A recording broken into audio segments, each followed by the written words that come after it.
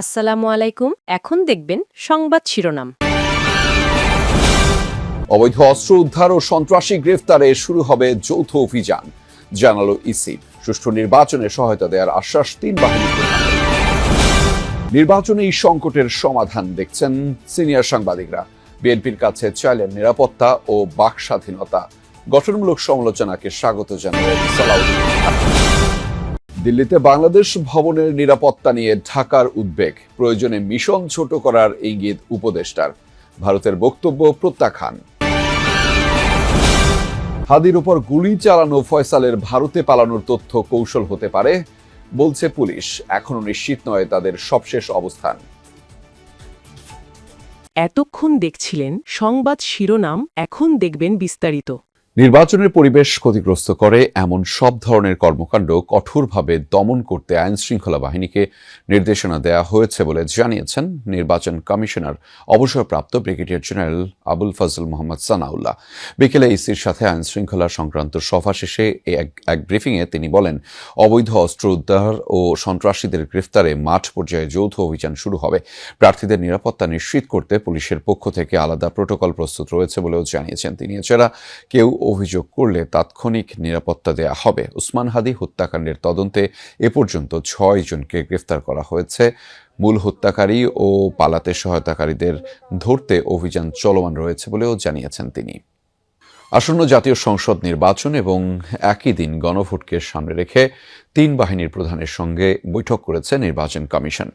দুপুরে নির্বাচন কমিশনের সেনাপ্রধান জেনারেল ওয়াকারুজ্জামান পৌঁছানোর পর তাকে স্বাগত জানান ইসির সিনিয়র সচিব আক্তার আহমেদ। এরপর একে একে ইসিতে প্রবেশ করেন বিমান ও নৌবাহিনী প্রধান। তাদেরও স্বাগত জানান কমিশনের সিনিয়র সচিব। 1 ঘণ্টা চলে এই বৈঠক। এরপর দুপুর 2:30টায় আইন শৃঙ্খলা পরিস্থিতি পর্যালোচনা সংক্রান্ত একটি সভা শুরু হয়। সিসির সভাপতিত্বে ওই সভায় নির্বাচন কমিশনাররা উপস্থিত ছিলেন। সভায় নির্বাচন পূর্ব আইন শৃঙ্খলা পরিস্থিতি, অবৈধ অস্ত্র উদ্ধার, যৌথ বাহিনীর কার্যক্রম, আচরণবিধি প্রতিপালন এবং সার্বিক নির্বাচনী পরিবেশ বজায় রাখার বিষয়গুলো নিয়ে আলোচনা হয়। বিএনপির কাছে গঠনমূলক সমালোচনা, প্রশ্ন করার স্বাধীনতা আর নিরাপত্তা চাইলেন সম্পাদক ও সিনিয়র সাংবাদিকরা। জবাবে নেতারা জানালেন, যে কোনো সমালোচনা গ্রহণে প্রস্তুত তারা, তবে হঠকারিতা নয়। অনুষ্ঠানে 2টি গণমাধ্যমে নাশকতার ঘটনায় রাষ্ট্রের ভূমিকা প্রশ্নবিদ্ধ বলে মন্তব্য করেন সালাউদ্দিন আহমদ। বলেন, সরকারের দুর্বলতায় প্রশ্রয় পেয়েছে মবতন্ত্র। দেশের সংকট নিরসনে নির্বাচনী সমাধান বলে মত দেন গণমাধ্যম সম্পাদকরা। দেশে প্রায় সব স্বনামধন্য পত্রিকার সম্পাদক, প্রকাশক, ইলেকট্রনিক মিডিয়ার প্রধান নির্বাহী, বার্তা প্রধানদের একসঙ্গে করার এমন আয়োজন বিরল। বিএনপির ভারপ্রাপ্ত চেয়ারম্যান তারেক রহমানের স্বদেশ প্রত্যাবর্তন ঘিরে এই মতবিনিময়ের আয়োজন করা হলেও উঠে আসে গণমাধ্যমের সংকট, গণতন্ত্রের চ্যালেঞ্জ তথা বাংলাদেশের ভবিষ্যৎ চিন্তা। গণমাধ্যমের উপরে আক্রমণ না, বাংলাদেশের উপরে আক্রমণ। গণমাধ্যমের শীর্ষ কর্তারা মন খুলে প্রকাশ করেছেন তাদের হতাশা, বাস্তবতা এবং আগামীর বাংলাদেশের স্বপ্ন। সবচেয়ে বেশি কথা হয় নিরাপত্তা এবং গণমাধ্যমের স্বাধীনতা নিয়ে।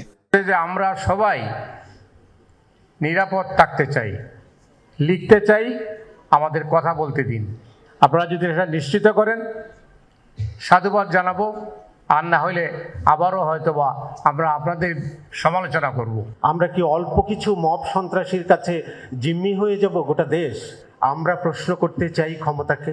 আমরা বরাবর যা করে গেছি, যতটুকু সামর্থ্য ছিল গত 15 বছরেও চেষ্টা করেছি। যেভাবে মবক্রেসিকে এলাও করা হয়েছে। দিল্লিতে বাংলাদেশ ভবনে হামলা নিয়ে ভারতের বক্তব্য পুরোপুরি প্রত্যাখ্যান করেছে বাংলাদেশ। সরকারের অবস্থান স্পষ্ট করে পররাষ্ট্র উপদেষ্টা জানিয়েছেন, কূটনৈতিক পাড়ার ভেতরে বিক্ষোভকারীরা কিভাবে আসলো তা নিয়ে প্রশ্ন আছে বাংলাদেশের।